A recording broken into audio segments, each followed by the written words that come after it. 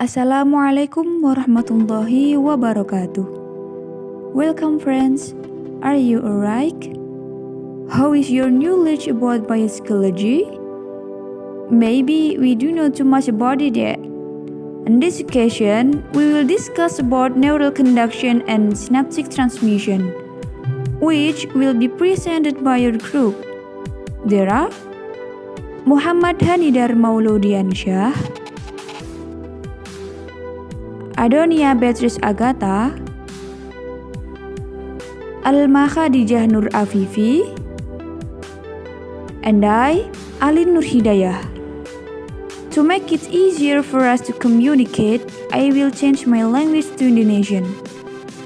Baik, pada kesempatan kali ini, kami akan mempresentasikan materi kami, yaitu konduksi neural dan transmisi sinapsis. Baik, selamat menyimak. Baik, saya akan menjelaskan tentang neuron. Neuron adalah syaraf yang berfungsi untuk mengirim sinyal listrik dari otak ke seluruh tubuh atau sebaliknya.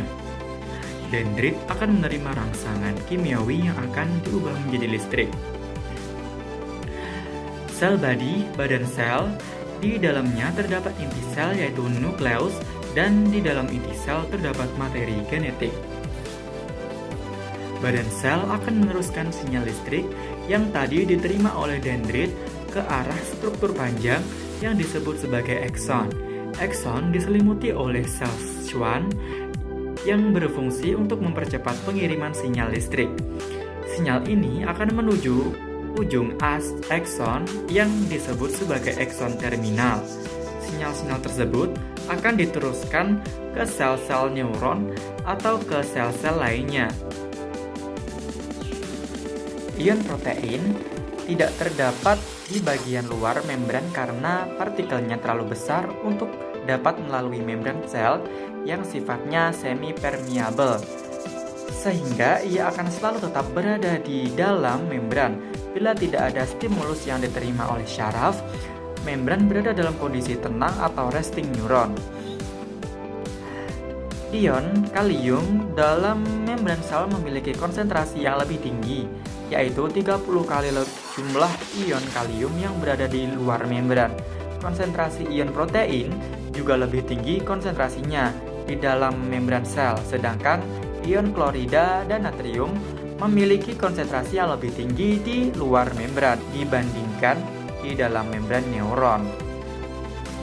Ion natrium konsentrasinya 10 kali lebih besar dari jumlah ion natrium yang berada di dalam membran sel. Dalam keadaan resting neuron, kalium dan klorida dapat dengan mudah melewati membran neuron. Kebalikannya, natrium kesulitan untuk melewati membran neuron. Ion protein tidak bisa melewati membran neuron sama sekali. Ion-ion melewati membran neuron melalui pori-pori khusus yang disebut dengan ion channels, saluran-saluran ion, yang masing-masing khusus untuk dilewati oleh ion-ion tertentu.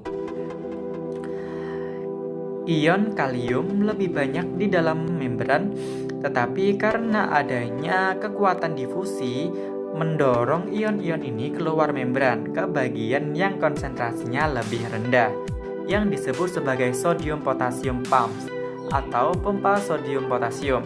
Contohnya adalah natrium keluar dan menukar natrium yang keluar dengan kalium yang masuk dengan perbandingan 3:3, yaitu setiap 3 ion sodium atau natrium yang keluar akan ditukar dengan 2 ion potasium atau kalium yang keluar akan ditukar dengan 2 ion potasium atau kalium yang masuk.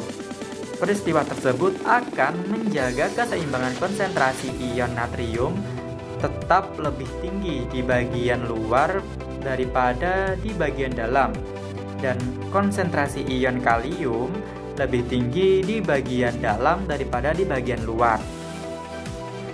Di sini saya akan menjelaskan tentang transmisi kimiawi sinyal-sinyal dari satu neuron ke neuron yang lain. Yang pertama ada struktur sinapsis. Komunikasi antara neuron terjadi di sepanjang sinapsis.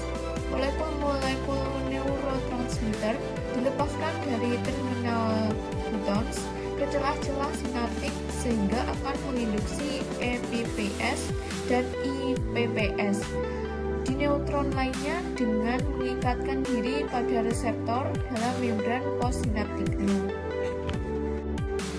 Struktur sinapsis secara umum adalah sebagai berikut.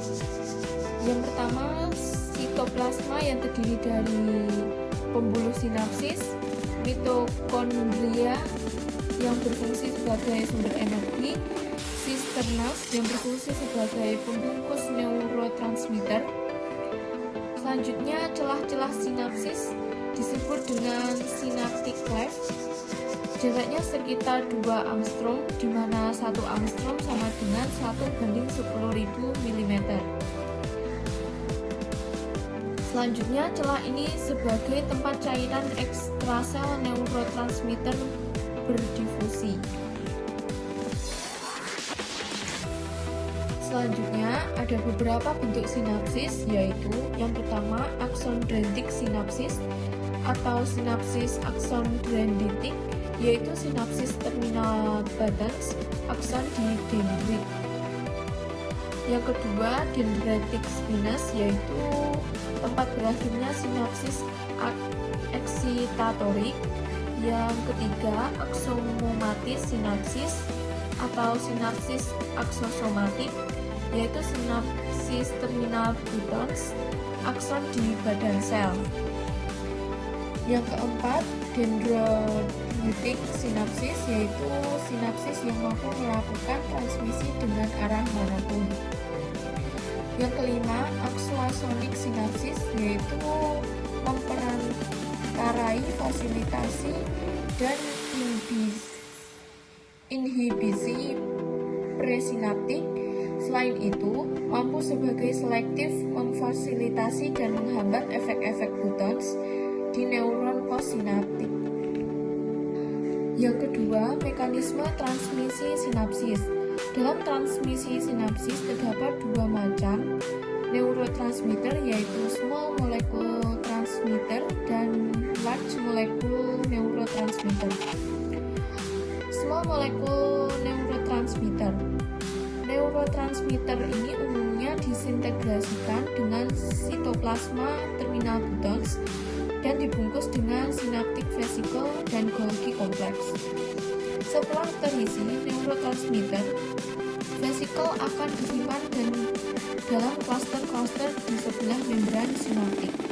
Proses ini dimulai dengan berkumpulnya substansi kimia di dalam sisterna yang akan disimpan di dekat membran presinapsis, yaitu membran presinapsis kaya akan kelenjar-kelenjar yang mengandung kalsium. Bila terdapat stimulasi dari potensial aksi, saluran kalsium tadi akan membuka dan ion Ca+ akan masuk ke dalam photons. Masuknya Ca+ akan mendorong pembuluh sinapsis untuk melakukan kontak dengan membran presinapsis dan melepaskan isinya ke dalam celah sinapsis. Proses ini disebut ekositosis. Proses ini berlangsung setiap kali stimulasi potensi aksi terjadi, yang langsung menyampaikan pesan kepada reseptor postsinapsis yang ada di sekitarnya. Selanjutnya, large molecule neurotransmitter. Neurotransmitter ini umumnya berupa neuropeptida, yaitu asam amino pendek yang terdiri dari 3 sampai 36 asam amino dan merupakan protein pendek. Neuropeptida terpasang dalam sitoplasma badan sel di ribosom. Selanjutnya dibungkus dengan vesicle oleh kompleks Golgi badan sel dan diangkut oleh mikrotubulans ke terminal badans dengan kecepatan sekitar 40 cm per hari. Vesicle yang berisi neuropeptida lebih besar dibandingkan neurotransmitter molekul kecil dan umumnya tidak sedekat vesicle lain yang dekat dengan membran presinaptik. Proses ekositosis juga terjadi dalam neurotransmitter molekul besar. Dalam proses ini, substansi kimia yang dibutuhkan akan berkumpul dalam badan Golgi dan dialihkan ke buttons melalui mikroturbulence. Yang ketiga, ada neurotransmitter. Dalam peristiwa transmisi, neurotransmitter yang dikeluarkan ada berbagai macam yang akan menentukan proses yang berlangsung untuk proses small molekul neurotransmitter. Substansi kimia yang dihasilkan adalah amino asid neurotransmitter dan monoamine neurotransmitter dan acetylcholine. Selain itu, dalam molekul neurotransmitter kecil terdapat 4 kelompok yang disebut neurotransmitter tak konvensional. Untuk proses large molekul neurotransmitter, substansi kimia yang dihasilkan hanya peptide neurotransmitter. Substansi kimia small molecule neurotransmitter. Yang pertama ada amino acid neurotransmitter atau asam amino neurotransmitter. Asam amino merupakan jenis neurotransmitter yang paling cepat bereaksi dalam sistem syaraf pusat, directed synapses. Terdapat 4 jenis neurotransmitter yang termasuk asam amino, yaitu glutamat, aspartat, glisin, gamma-aminobutyric acid atau GABA. Untuk 3 jenis yang utama terdapat dalam protein yang biasa kita makan. Glutamat adalah neurotransmitter eksitatorik paling menonjol dalam sistem syaraf mamalia, sedangkan GABA adalah neurotransmitter yang inhibitorik yang paling menonjol. Tetapi GABA juga ditemukan dalam beberapa sinapsis memiliki efek eksitatorik. Yang kedua, monoamine neurotransmitter. Neurotransmitter monoamine disintesiskan dari asam amino sehingga namanya menjadi monoamin, yaitu satu amino. Monoamin neurotransmitter lebih besar dibandingkan asam amino dan efeknya cenderung lebih melebar. Monoamin terdapat dalam kelompok kecil neuron yang badan-badan selnya sebagian besar terletak di batang otak. Neuronnya memiliki akson yang bercabang-cabang dengan banyak varikositis. Terdapat 4 neurotransmitter monoamin, yaitu dopamin, epinefrin, norepinefrin, dan serotonin. Terdapat neurotransmitter tersebut terbagi menjadi 2 divisi, yaitu katekolamins dan indolamins. Dopamin, norepinefrin, dan epinefrin termasuk katekolamin yang masing-masing disintesiskan sebagai asam amino tirosin. Tirosin diubah menjadi L-dopa, sebagian diubah menjadi dopamin neuron. Yang ketiga, asetilkolin. Asetilkolin atau biasa disingkat ACH, asetilkolin berada dalam golongan dengan sendiriannya. Asetilkolin merupakan hasil dari gabungan kelompok asetil di sebuah molekul kolin. Asetilkolin merupakan neurotransmitter yang berada di neurojunctions atau ruang antara neuromuskuler di banyak sistem syaraf, dalam sistem syaraf otonom dan sinapsis di beberapa sistem syaraf pusat. Yang keempat, neurotransmitter tak konvensional. Neurotransmitter ini bekerja secara berbeda dengan neurotransmitter molekul kecil lainnya, salah satu gunanya adalah sulfur gas neurotransmitter atau neurotransmitter berupa gas yang dapat larut, yang terdiri dari dua jenis, yaitu oksidanilid dan karbon monoksida neurotransmitter. Ini diproduksi dalam sitoplasma neuron yang kemudian akan segera menyebar ke sepanjang membran sel di dalam cairan ekstraseluler dan dilanjutkan ke sel yang berdekatan. Biosubstansi kimia molekul neurotransmitter. 1. Neuropeptida. Sekitar 100 neuropeptida telah teridentifikasi. Aksi masing-masing neuropeptida tergantung pada sekuen asam aminonya. Neuropeptida sudah dipelajari sejak lama, bukan dalam fungsinya sebagai neurotransmitter, tetapi fungsinya sebagai substansi hormonal. Peptida ini mula-mula dilepaskan ke dalam aliran darah oleh kelenjar endokrin. Kemudian hormon peptida ini menyangkal peptida dihasilkan dalam kelenjar hormon dan masuk ke dalam jaringan otak. Namun saat ini sudah dapat dibuktikan bahwa peptida yang berfungsi sebagai neurotransmitter dapat disintesiskan dan dilepaskan oleh neuron yang di susunan saraf. Transmitter neuropeptida dikelompokkan menjadi 5 kelompok, yaitu pertama peptida pituitari, yaitu peptida yang berisi neuropeptida yang diidentifikasi sebagai hormon yang dilepas oleh pituitari.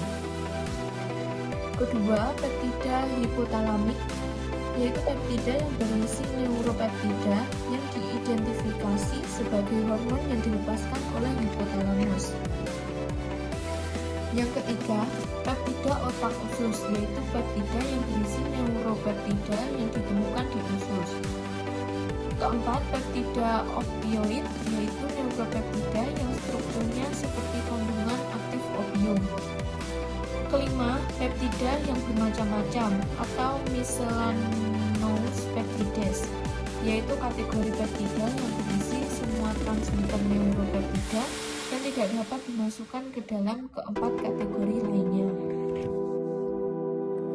Baik, di sini saya akan menjelaskan tentang pengaruh obat-obatan terhadap transmisi sinapsis. Obat-obatan memiliki dua efek dasar terhadap proses transmisi sinapsis, yaitu menghambat atau inhibitory dan meningkatkan atau excitatory. Obat-obatan yang meningkatkan aktivitas proses sinapsis disebut agonis. Nah, sedangkan obat-obatan yang menghambat aktivitas proses sinapsis disebut antagonis. Nah, pada proses tersebut kita mempunyai 7 aksi neurotransmitter.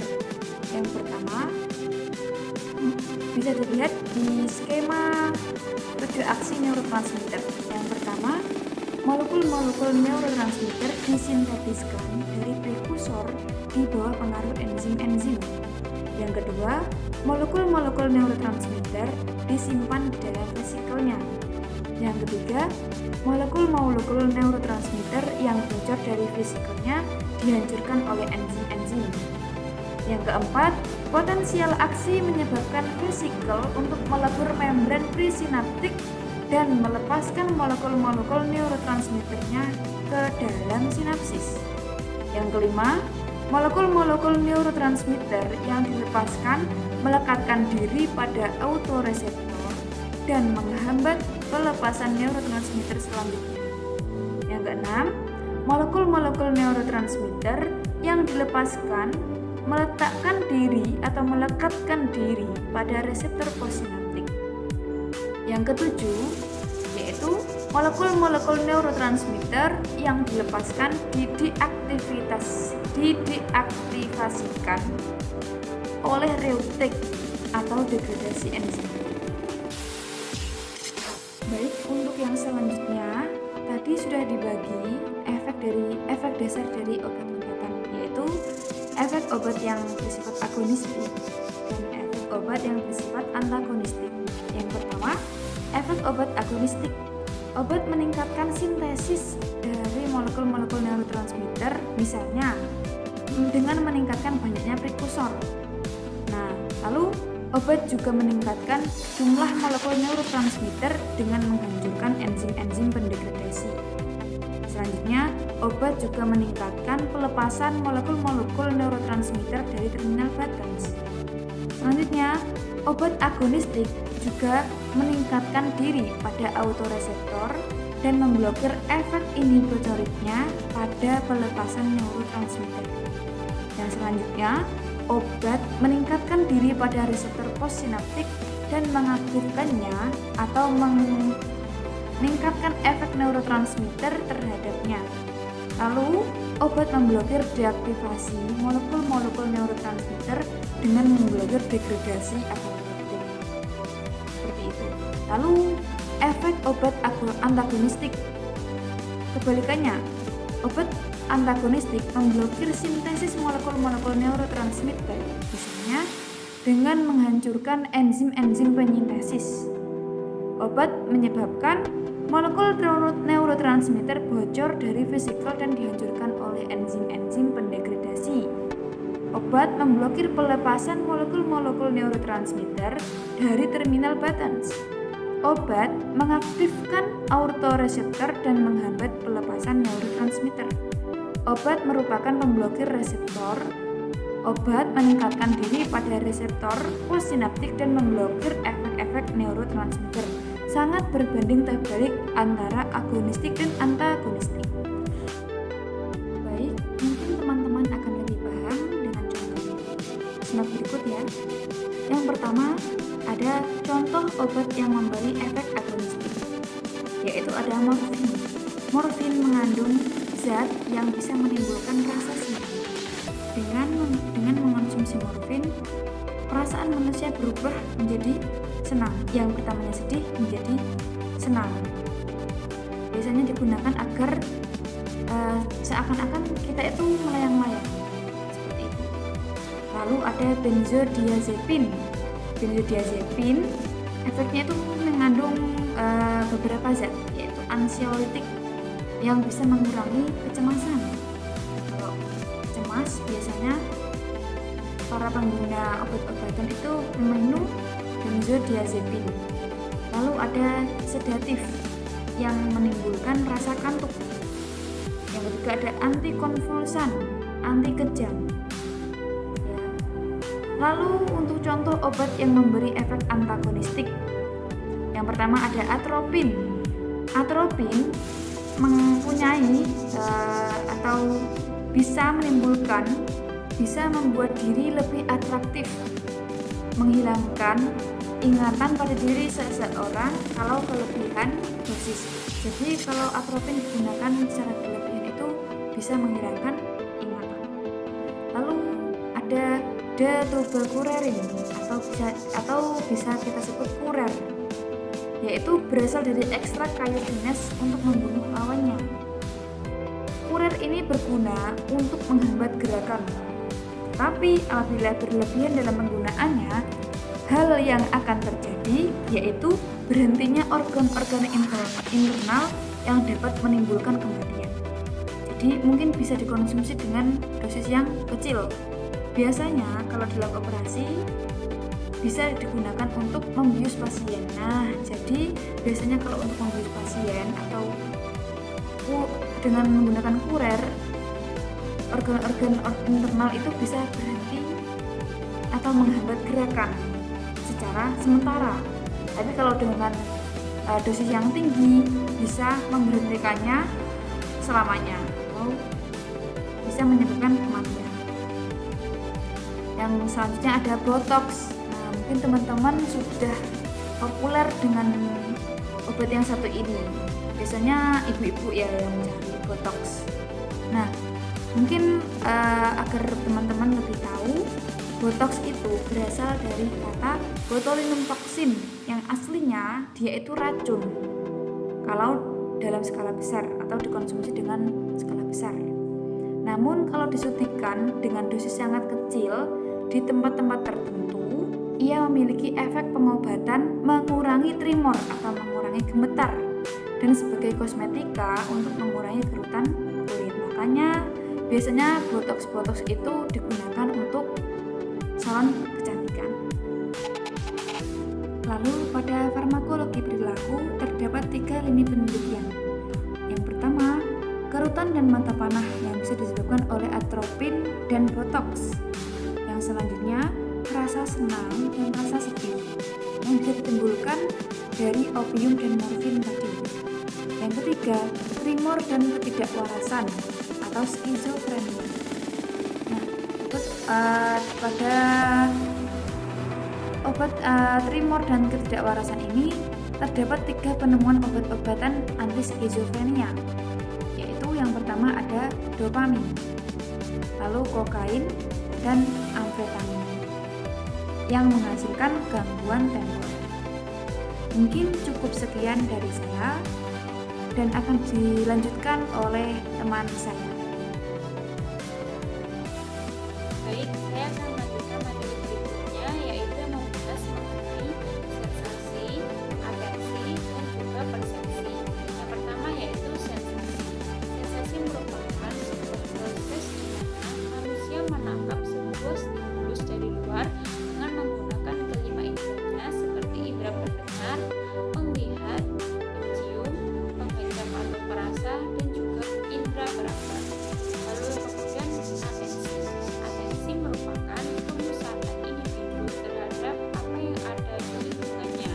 Atensi biasanya dilakukan karena otak manusia tidak dapat memproses stimulus yang datang dalam jumlah yang cukup banyak serta dengan waktu yang bersamaan.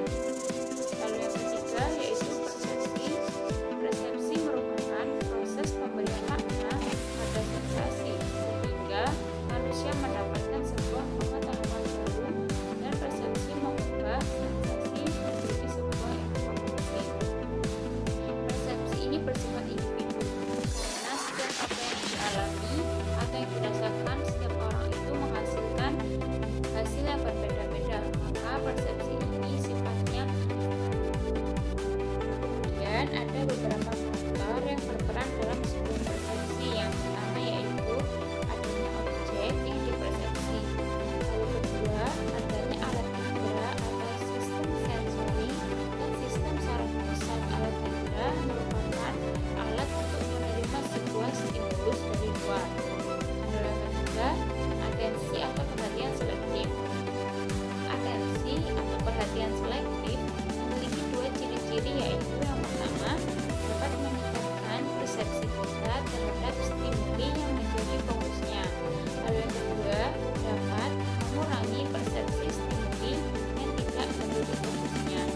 Sekian dari saya, apabila ada kurangnya saya mohon maaf yang sebesar-besarnya.